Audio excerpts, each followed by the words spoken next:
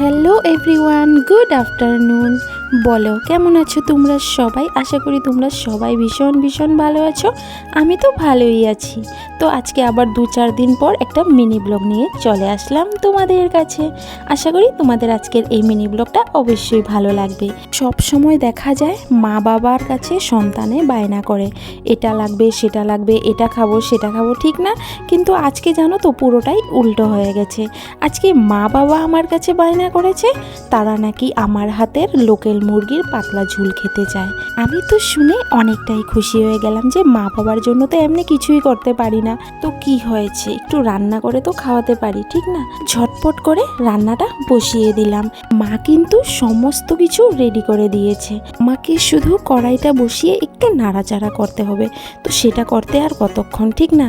যেহেতু মায়ের সমস্ত কিছুই রান্না বাড়া সেরে ফেলেছে, আমি কিন্তু বলতেও পারি না যে মা কি রান্না করেছে। শুধু মাংসটা আমার জন্য রাখলো যে তুই রান্না করবি। তো আমি মাংসটা বসিয়ে এদিকে কিন্তু রান্নাঘরের টুকুর টাকুর কাজগুলো সেরে নিচ্ছি। যেমন জলের বোতলগুলো ভরে নিলাম, একটু ডাইনিং টেবিলটা মুছে নিলাম, 2-4টা বাসন আছে সেগুলো ধুয়ে নিচ্ছি। ততক্ষণে দেখা যাবে কিন্তু মাংস তরকারি একদম বানানো কমপ্লিট হয়ে যাবে, ঠিক না? তো দেখো কষানো হয়ে গেছে। তো আমার বাবার জন্য 2 পিস উঠিয়ে রাখবো, কারণ আমার বাবা একটু কষানি মাংস খেতে ভালোবাসে। তো রাত্রে এসে খাবে আর কি। আর এখন এই তো পাতলা ঝোল দিয়ে দিলাম। তো দেখো তরকারিটা কিন্তু আমার পুরোপুরি কমপ্লিট হয়ে গেছে। এখন বলতে পারি না কেমন হয়েছে খেতে, খাওয়ার পর বোঝা যাবে আর কি। তো এইদিকে মা যেহেতু দোকানে চলে যাবে, মায়ের দোকানের জন্য ভাত বেড়ে নিচ্ছে। তো ভাত বাড়তে গিয়ে আমার নজরে পড়লো যে মা তো আজকে ভাত রান্না করেনি, মা তো রান্না করেছে বিরিয়ানি। যাই হোক, আমি কিন্তু প্রথমেই বলেছিলাম আমি বলতেও পারি না মায় কি রান্না করেছে। তো দেখো এদিকে মায়ে ভাত টাত বেড়ে পুরোপুরি রেডি, এই তো দোকানের জন্য বেরিয়ে যাচ্ছে। যেহেতু বাবুর আজকে কাজ আছে, তো মাকে একটু দোকান যেতে বলেছে। এমনিতে কিন্তু মা দোকানে যায় না যখন থেকে আমি এসেছি আর কি।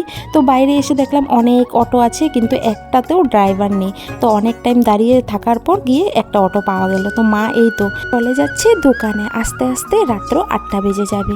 তো আমি ঘরে এসে স্নান করলাম, করে টিভি দেখলাম। তো এই তো 2টা বাজে ভাত নিয়ে বসে পড়লাম। তো মায়ে রান্না করেছে শিদল দিয়ে কুমড়ো পাতা দিয়ে বাটা, ডাল, ভাজি আর মাংস তরকারি। আমি কিছুই নেইনি, শুধু শিদলের বাটাটা নিয়েছি। তো সেটা দিয়ে খেয়ে দেখলাম দারুণ হয়েছে। এখন খেয়ে নেব মাংসর ঝোল দিয়া, তার মধ্যে একটু লেবু চিপে দিয়ে দিলাম। তো খেয়ে দেখি কিন্তু দারুণ হয়েছে, তরকারিটা ভীষণ ভীষণ ভালো হয়েছে। তো আজকের মিনি ব্লগটা কেমন লাগলো কমেন্ট করে জানাতেই ভুলো না যেন। তো চলো সবাইকে tata, Radhe Radhe, bye bye.